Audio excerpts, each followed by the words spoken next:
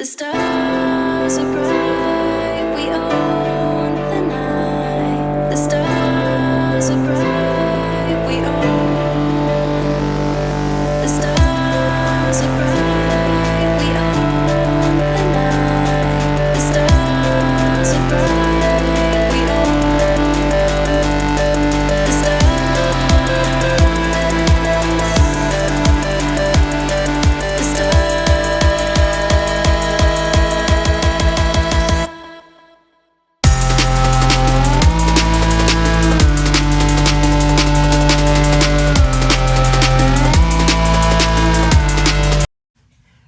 Hey everyone, let's get started because it's gonna be a good little show today.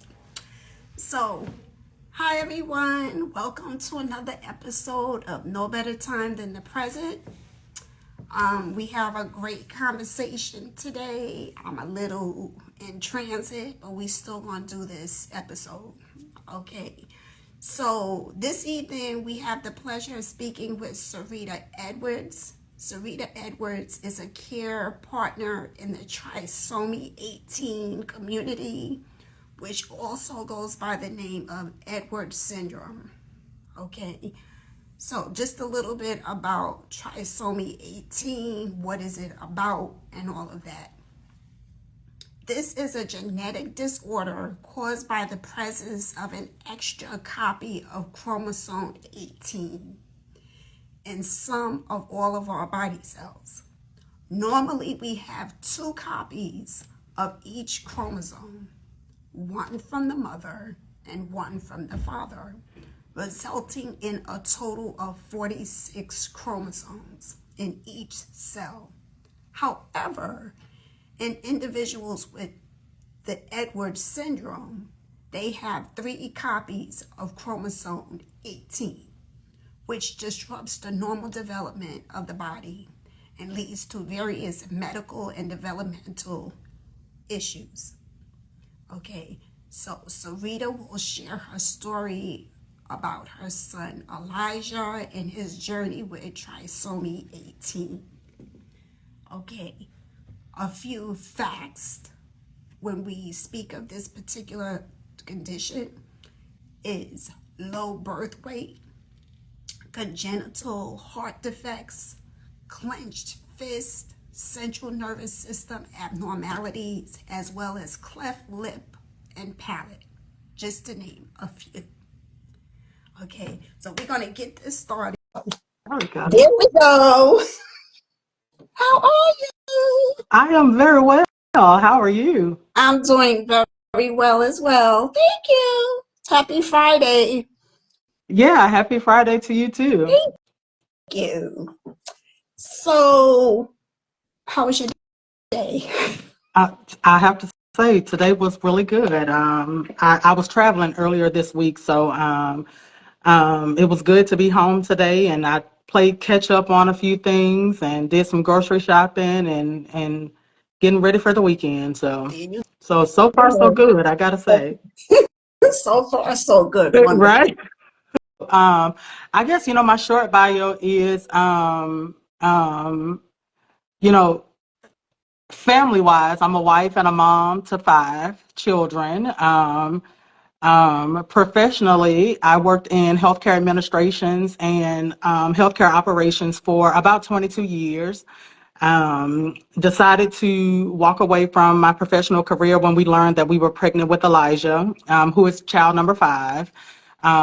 Just everything that we were told in terms of what we could expect regarding his health care, it made sense to invest all of my time into caring for him. So I became a full-time caregiver for Elijah. When Elijah turned 2 years old, my husband and I, we decided to start a foundation to really bridge the gap between our experience and the response from the healthcare system. We wanted to make a little noise in the healthcare space, but then we also wanted to provide support to families with experiences like ours. And so I found myself working again in the nonprofit world.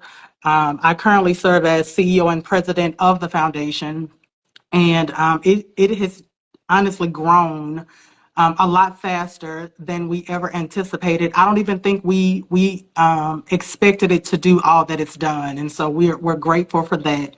And so, my day to day now is running the foundation and leading our educational components and really just the day to day operations of it, and then still being a caregiver to Elijah. So I juggle all of it as best as I can. So that's my bio in a nutshell. It is a wonderful bio. Thank It you, really is. thank you. So let's delve a little bit because I know for myself, as well as so many guests that I've had on, you learn so more about the conditions and all of that. So have you ever heard of trisomy 18 prior to Elijah's birth? I actually had not. I had never heard of Edwards syndrome or trisomy 18, which is one of the same. Had never heard of either one of them prior to getting Elijah's diagnosis.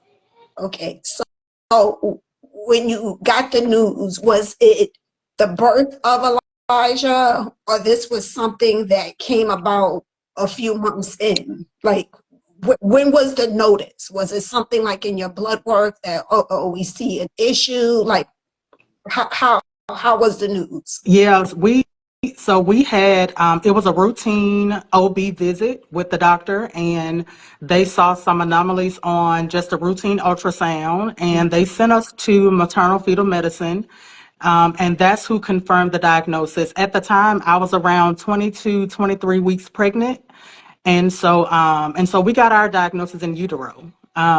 We were told at that moment that death was 95, 96%. We were told that Elijah would die in utero during delivery or shortly after birth. We were basically prepared to expect him to die at any day, and that was our conversation, starting at that 22-week mark, up until he delivered, and as recent as 2021. God is good. Oh yeah. I Hmm. say that specifically because, okay, if you're saying they're telling you he's going to die at that Hmm. stage, you know what I'm Yeah. saying? And here your baby is what, 5, 6, He actually just celebrated his 7th birthday. 7. Yeah. Okay. Yeah. So, okay, Yeah. so tell me a little bit about your beautiful Elijah and how has his journey been as well as yours, right? Because you're one of obviously your husband and your other children, it's like this whole unit. So Yeah. tell me about how his journey has been.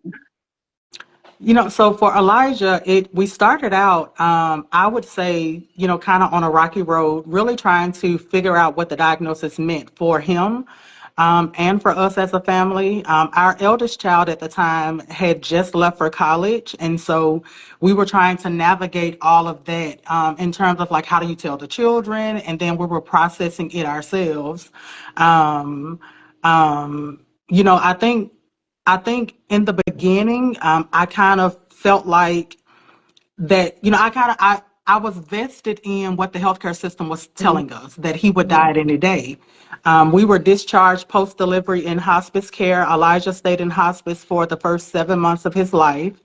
And when he aged out of hospice, they told us that they can put him back in hospice, but we would have to stop pursuing life-sustaining interventions for him because I think in that moment, um, I accepted what they said and nothing else. But then I just all of a sudden it was like an epiphany. I recalled having a background in healthcare. It was never something that I thought about until that moment. And I started sifting through his medical records and calling specialists myself, saying, "This is what we know. Can we get an appointment? We're trying to understand." Um, and so after aging out of hospice, that's really when interventions started for Elijah, because prior to that, we had nothing. We had not been connected with a specialist. No one had given us a referral to speak with a specialist.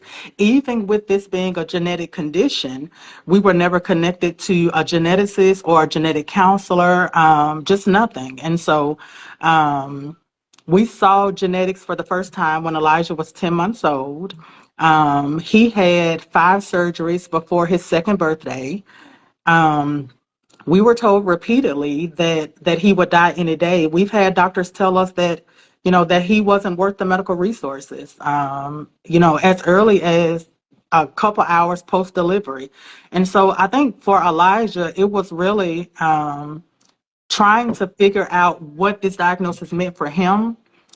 But we truly felt like we were up against the healthcare system. And so we were doing our best, to advocate for the care that we thought he needed because we had no idea what that was. And so, in terms of the other kids, I think it was just really helping them adjust to having a brother who, he looked different. Elijah, he was born with bilateral cleft lip and palate. And so, he had these open holes in his face and that was different. And so it was really helping them embrace that. And and the reality that he could die at any day. We knew that was a reality, but you've already said God is good, and we were hopeful that we would not have to deal with that at that moment, and we didn't. And so we just navigated the course. We pulled in counselors at the kids' schools, and we wanted them to help us kind of keep an eye on them if they notice something that maybe we missed, because at the time I wasn't at my mom's self. I was dealing with this and as best I could, but still trying to be mom to my other kids and figure out what it all meant. I think overall it brought us closer together. I think we don't take anything for granted at this point of our lives. We truly, truly embrace that every day is a gift, and we're grateful for the time that we've had with Elijah thus far.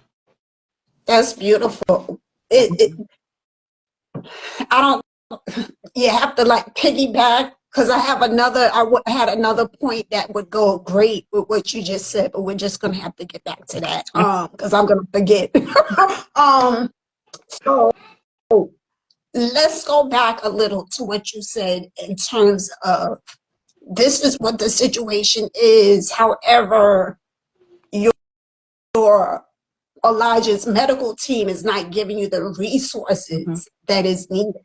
So I know a lot of patients have these particular types of situations, whatever the condition is, like, boom, you have this, that's what it is. Mhm. Now, some are better than others, and how they give you the textbook as well as the lunchbox, as well as Mhm. all the things that you need to now figure this out. And not only that, help you figure it out.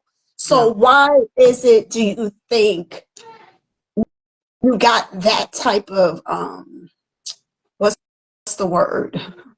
That type of or not the details that you needed to now proceed as you needed to. You know, I think a lot of it had to do with the high mortality rate of trisomy 18.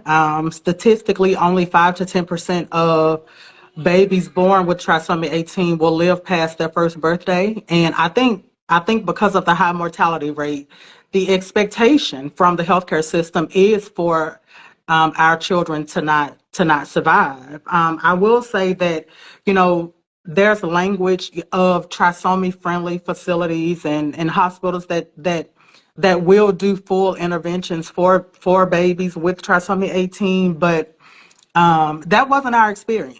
I think Mhm. I think for us, it had a lot to do with the high mortality rate, and and because they didn't expect anything from him, they were encouraging us to not expect anything either. And so I think that's really the foundation of how they responded. I think they just wanted us to accept what they believed to be the outcome. Right. It's so funny. So the place that I'm at, I don't want to be specific because I'm Mhm. funny like that, even though I'm putting it Yeah, out there. But yeah. I'm at a conference on regarding public health, right? And it's very informative, very interesting when you hear the doctors who understand that there is that wall in terms of how they reach the patient. Mm-hmm. So it's interesting here you say, this is what the condition is. Don't really expect anything other than what it is because statistically, Hmm. this is kind of what the lifeline Yeah. is. And so many people who kind of buy into that, if you will, and don't do the extra research or the extra asking, Hmm. how those stories are so different. So I do applaud you for pushing back Yeah. Thank you. and and seeing, well, what other options? You're not telling me, but there are options out there. It has to be. He's Yeah. not the only one with this condition. Right. So it's just funny hearing, speaking with doctors the last couple of days, and then hearing this whole wall. Like, if we work together as a team to try to figure out situations, then maybe it's more positive stories like the one with Elijah. Hmm. So I kind of want to go back a little Yeah. to what I want to ask you before. So I have to say it brought a tear to my eye when I viewed you on other outlets speak about your children, Yeah. okay, and they're a tight bond, okay. So I know you said it's brought your family closer together, or you got stronger if you were not already strong. Yeah. I think we were already pretty close knit anyways. Mhm. We are very, very family oriented. And I mean, we're under each other all the time. Like my kids, they would rather sit and watch a movie at home with us rather than be out with their friends. I mean, they Mhm. truly, truly enjoy being at home. And so we were close knit anyways. I think Elijah has um given us a perspective of not taking things for granted, and how easy things can be really, really good and today, and then be really, really difficult tomorrow. But even in tomorrow's difficulty, there's still that gleam of hope, right? Like, and we have to give that to each other. And I think that that's something that we knew, and that's something that we believed and we spoke, but Elijah has actually helped us live it. You know what I'm saying? Like, it's we actually live in hope, and um that's where we find our safety and our security. Like, we went from thinking about, man, it could be any day, to Mhm. now we're just grateful for every single day that we have. And so it helped us just change our perspective about things. And so yeah, I think he just opened up our eyes to a lot of the things that we knew anyways. We just see in watching him live. Right. Mhm. And it's funny because sometimes we need whatever the reminders are about how special life is, Yeah, right? yeah. I say all the time to people, like, again, you hear about the different conditions, rare diseases, all of these different things that not each, but a lot of people are going through. Mhm. And then I think of how unique everybody really Yeah, is. you know, how it's important to have your vision, because a lot of people don't have their vision. Mhm. How important it is for that blood to go through the whole body the way it's supposed to. Yeah. Some people have issues. Mhm. So it's just so unique, and it just makes you appreciate, just as you mentioned, it makes you appreciate things a little differently, you Yeah. know. Yeah. So Mhm. let me ask you, I know I read something or heard something, because I'm nosy like that, doing my little research. Okay. So why is it important to shed light in eliminating the term incompatible of life? Kind of what we spoke about when Mhm. caring for individuals with trisomy 18. Oh, that's a good question. I think it's important to raise awareness about it, to remove the incompatible with life narrative, because our children are living.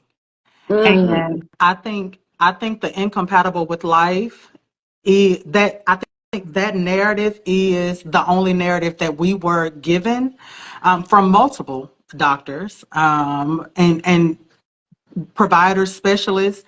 Everybody said the same incompatible with life narrative, and so you're fed that expectation. I think the challenge is, I think we have to raise awareness and talk about it more, because as these children live, they can be the blueprint to changing the narrative, right? Like if we had done everything that the healthcare system told us to, I don't believe Elijah would be alive.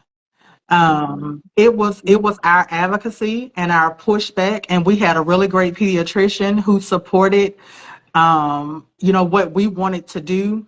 Our challenge was up against like specialists. We have a great specialty team now, but it took 2 years to get them. And so I think raising awareness, it helps remove incompatible with life, because that being the only narrative, it leads people to believe that that's the only outcome.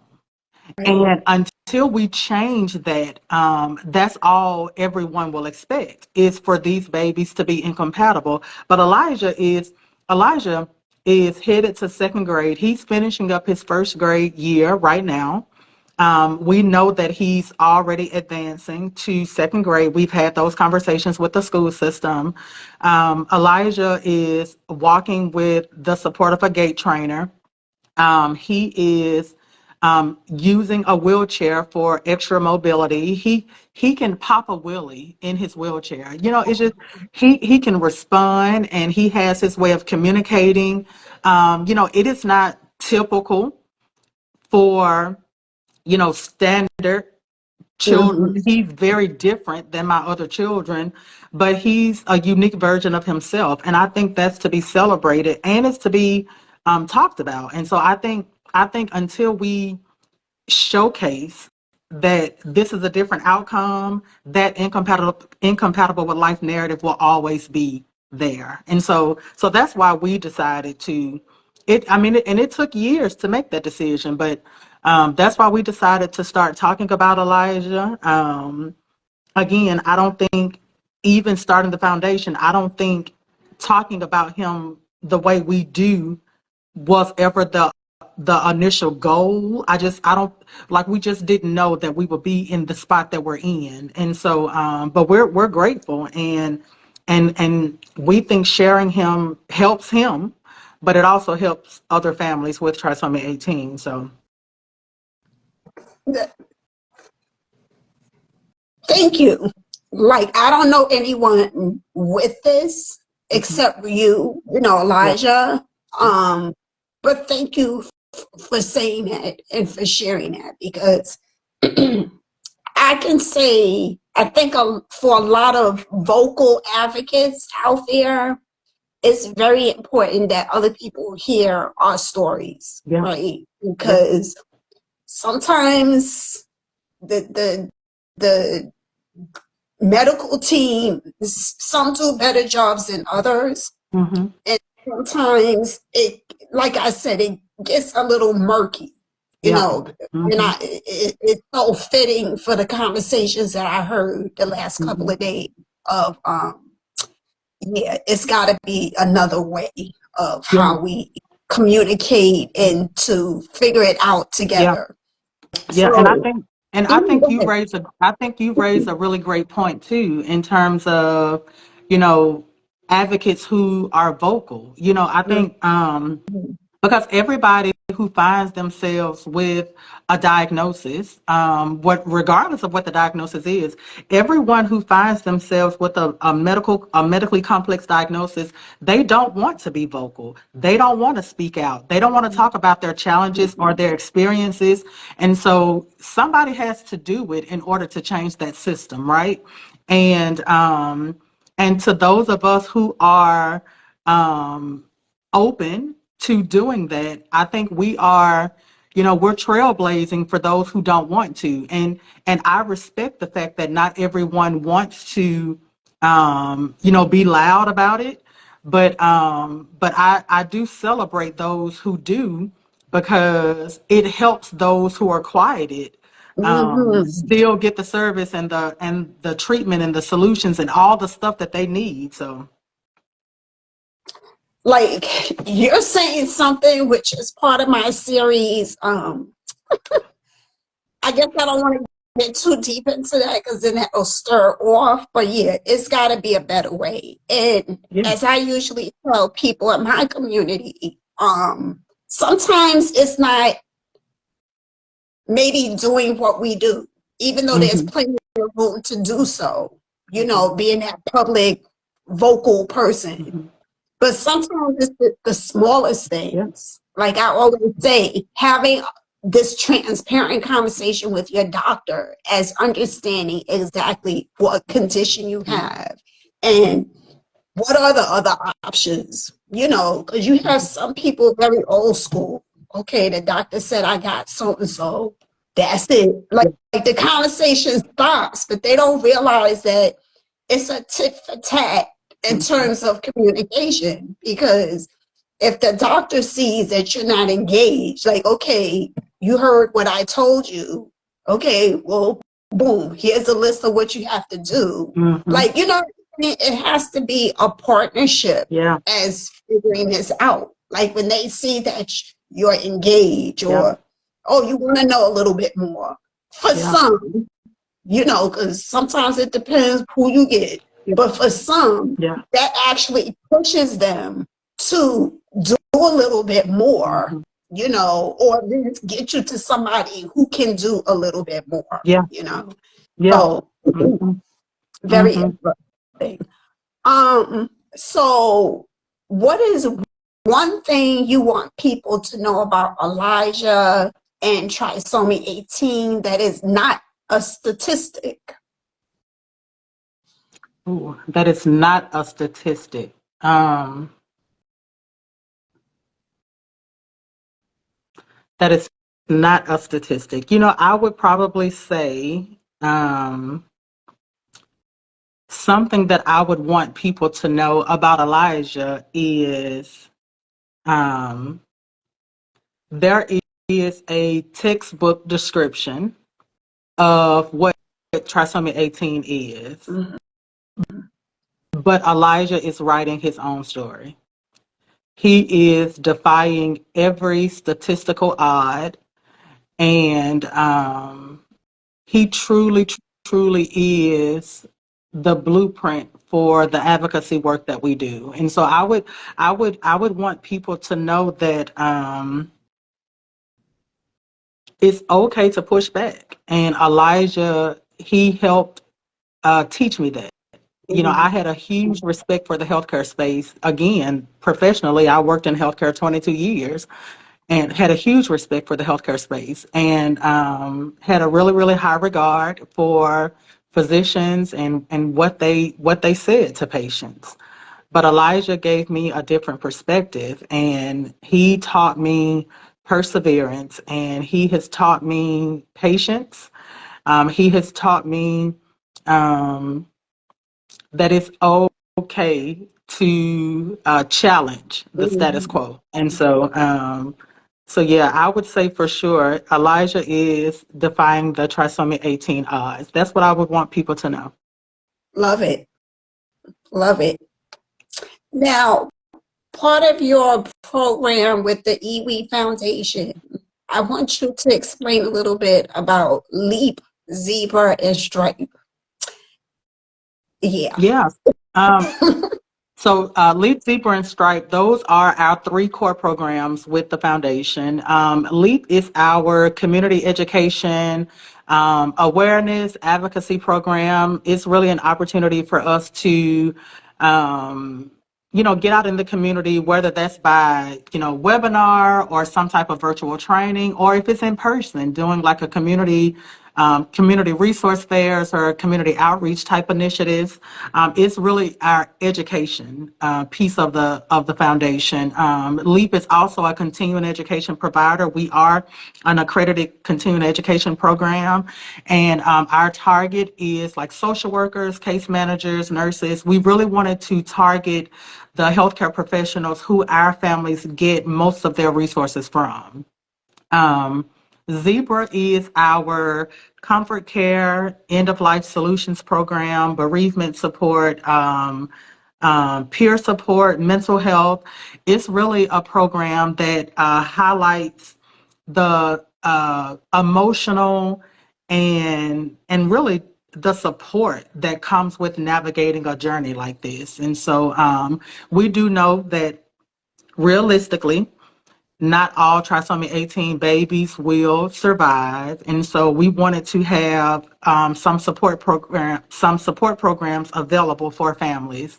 Um, and then Stripe is our assistance program, and through Stripe we actually provide financial assistance for trisomy 18 families who may be experiencing economic hardship due to their trisomy 18 diagnosis. And so, that can be something like needing some type of equipment that your insurance isn't paying for. We've covered utility assistance. We've had families who had a trisomy 18 baby that was in the NICU 5 hours away from their home. And so that medical travel support. We also have a partnership with a licensed professional counselor who can do counseling services for our families. And we do work together to do that. No family is ever turned away due to inability to pay. Through that partnership with the LPC, we do run insurance, and any out-of-pocket costs, the foundation covers that for families. We don't want folks to not be able to get counseling services if they need it. And so Stripe is really just an assistance program. We have, from respite care, comfort care, just a bunch of different things. Any type of assistance that a family may need, we've probably covered it to some degree, or we have it in our framework to be able to. So those are our three core programs, and then we have about 9 different initiatives under the programs. Under LEAP, for example, we have a couple of different initiatives and campaigns that we do and host, from child abuse and neglect prevention to knowing your family history. And then under Stripe, we also have about 8 or 9 components to that Stripe program, which are the things that I mentioned, like medical travel, housing assistance, in terms of helping with mortgage rent type stuff, the counselor, so different things like that. So yeah, those are the three core programs. So, how important was it for you to form this foundation? Was it based on some of the things that you found in Elijah's journey in the beginning? Because I mean, this is kind of awesome. It's like your bread and your butter. Mhm. Here are a full plethora of resources, right? Versus what your doctors were limited in terms of the resources. Like, okay, Yeah, what you know about it. the goods? Yeah, yeah. I mean, I think for us it was more of a because it was based on our experience. We weren't shared any resources. When we learned about early intervention, for example, Elijah was 2 years old, and you age out of that program at 3, but you can start the program at birth. And so we missed 2 years of that service. I think for us, it was important to pull these resources together because we felt like families were having to, we we're digging too hard to find resources that are out there. Like we shouldn't have to figure all of this out ourselves. And I felt like that was our experience. Um, we never wanted to reinvent something that was already present. We reached out to organizations that we knew about and tried to collaborate and partner and work with them. And the ones that we heard back from, they told us outright, we're not doing anything like this. We don't really have an interest to do anything like this.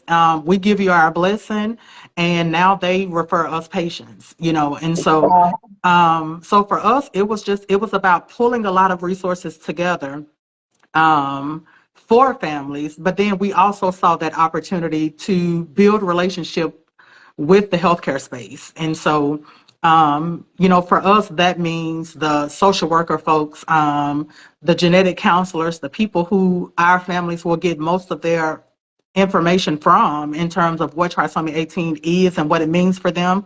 Um, Elijah truly is the blueprint for the work that we do. Like I said before, as he lives, we see opportunities to expand our work. And so when he crossed over into the school system, for example, we began to, target special education and the IEP process and helping families navigate that, whose child is fortunate enough to go into public schools. We also wanted to, you know, talk about the importance of differences when it comes to being in public school. We actually work alongside our school district. I think we have about 12,000, 13,000 students, and we work alongside them on a Mental Health Matters initiative. And the goal is really to talk about mental health, but talk about the heightened challenges that mental health has and could potentially bring for families navigating medically complex diagnoses inside the household. And so it was just, I don't know, it was just important to us to pull these resources together in one place. And we're huge on collaborations and partnership. And so if we have a campaign that we can work with an organization, we're open to doing that. Um, if we're not the resource that a family needs, we love being able to share them to another organization. It's just about the resources. I truly believe that families are juggling enough when it comes to medically complex diagnoses. The last thing they need is to have to hunt resources to thrive with the diagnosis that they're already battling. Bravo, sister.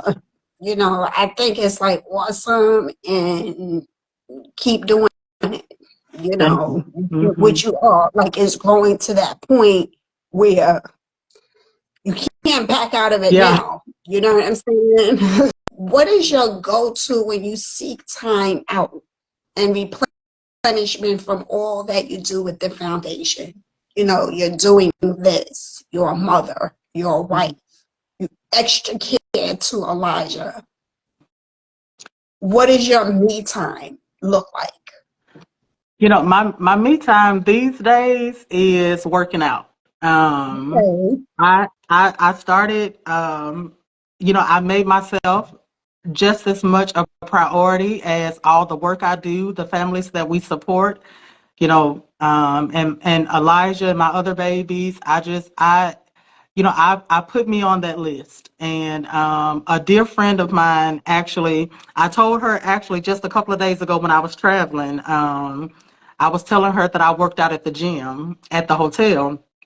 And I told her, I was like, I've just completely changed my relationship with food and changed my relationship with working out and all the stuff. And she said, you have changed your relationship with yourself. And it literally blew my mind because I had not thought about it like that. That's truly what I've done. I have made myself a priority. So, my me time is I enjoy working out. I enjoy just relaxing. I enjoy like a good cup of coffee. Um, some people, I've had some people laugh when I say this, but I enjoy just sitting up under my husband watching a movie. That's me time for me. When I think about self-care, something that I tell people all the time, self-care is not about doing something by yourself. It's doing something for yourself. And spending time with my husband is for myself. You know what I mean? Like Mhm. that's for me. And so I enjoyed that as well. But I like a good workout these days. I just started really lifting weights about a month or so ago, and yeah, I I post little videos here and there of me struggling, but I enjoy it. So that's my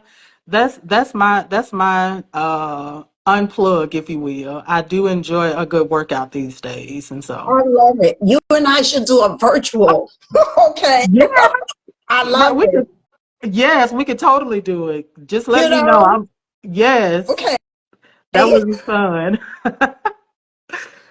So, what would you say to a parent that has just gotten the news that the results, they're seeing things that may be some type of abnormality and all of that? What would you say to that parent?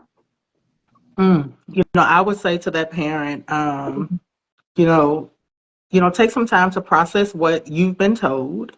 And don't be afraid to ask a lot of questions. If you don't understand something, say you don't understand. Ask specifically, what does this mean for me? Because a lot of times when it comes to diagnoses, we're given, kind of like what you were saying earlier, we're given like that one and done. This is what you can expect, because this is what we know. But don't be afraid to push back if that's not what you want to hear. And even if the outcome ends up being exactly what they told you, I think if you ask those questions, if you push back, and if you do all the stuff that feels right to you, I think you'll be at peace with the outcome at the end because you didn't just accept what was said to you. And so I would say, trust your gut, trust your instinct, and don't be afraid to question the status quo. Don't be afraid to question the healthcare space. I think Mhm. sometimes communities are intimidated by physicians and the healthcare system. Um, but there are people just like we are, those of us who are not physicians. Um, and I think if you just got this diagnosis, first find some time to process it for yourself. Don't feel like you have to rush to know what it all means, but start figuring out a little bit at a time what it means for you. That would be my advice. Mhm. Ditto to everything you said. And that goes even far beyond trisomy Oh yeah. 18. You know Hmm. what I'm saying? Yeah. Girl, Yeah. don't let me start preaching. Okay. So as we wrap things up, where can viewers follow you, learn more about the groundbreaking movement that you're doing with the E.We Foundation? Do tell. Yeah. So you can find me, Sarita Edwards, on pretty much every social media platform from Facebook, Instagram, LinkedIn, Twitter. Um, um, you can just I hate to say, like, I feel like I sound kind of cocky or arrogant when I say it, but just Google search Sarita Edwards and I'll probably pop up. Here we Uh, go. but but I do mean that with all humility. Um, but then too, the foundation work, and we are EWE Foundation. And so you can just find us on our website is ewefoundation.org, and you can find information about the work that we're doing. And from advocacy, legislative advocacy, we talk to Congress, and I mean, all the stuff that we're doing, you can find it on our website. And then our handle for the foundation is the handle that I'm using tonight. Everyone is we. And my husband actually came up with that because a lot of times we do a lot of and we believe that healthcare should be individualized for the person and not the broader diagnosis. But we believe that there are so many eyes that everyone is we. Like, so we all have to pull together to find and get the change that we want from the healthcare space and other spaces too. And so everyone is we is where you can find the foundation on social media. I love it. You know, I'm proud of you. Thank you. Keep doing it, Thank you. you know, because we need these voices. You know, we need those who, like I said before, who are up for that challenge to be vocal. Mhm. We're Yeah. needed. You know what I'm saying? So whether you get one person who's Yeah. tuned in, two people that's tuned in, there's people out there that need to hear that they're not alone, and that there's Absolutely. resources, and that there's other stories. Mhm. You know, all Yeah. of this is so very important. So I Mhm. commend you for even starting the foundation to put in that work, because I have a foundation as well, Mhm. and another area of rare diseases, I guess. Yeah. But and I know that's a lot of work Yeah. to Yeah. say the least. So I commend you. Thank you. Appreciate Thank your you. time this evening, Sarita. This was like a great conversation.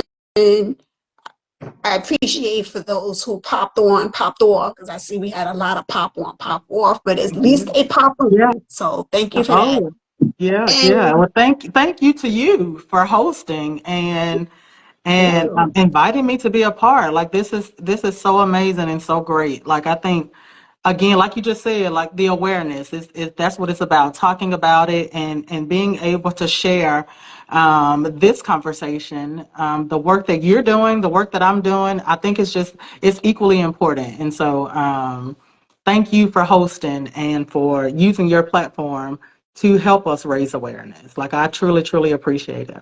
Oh, you're so welcome, sister. You're so welcome.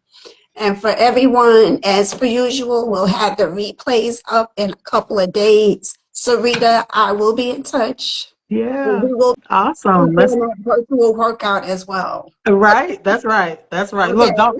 Look, don't come on showing out now. I'm just getting started. I'll keep it light. I'll keep it light. Thank you so much. And you have a beautiful weekend. Okay, sis? Thank you so much. You too. Bye. Bye, Bye everyone. bye.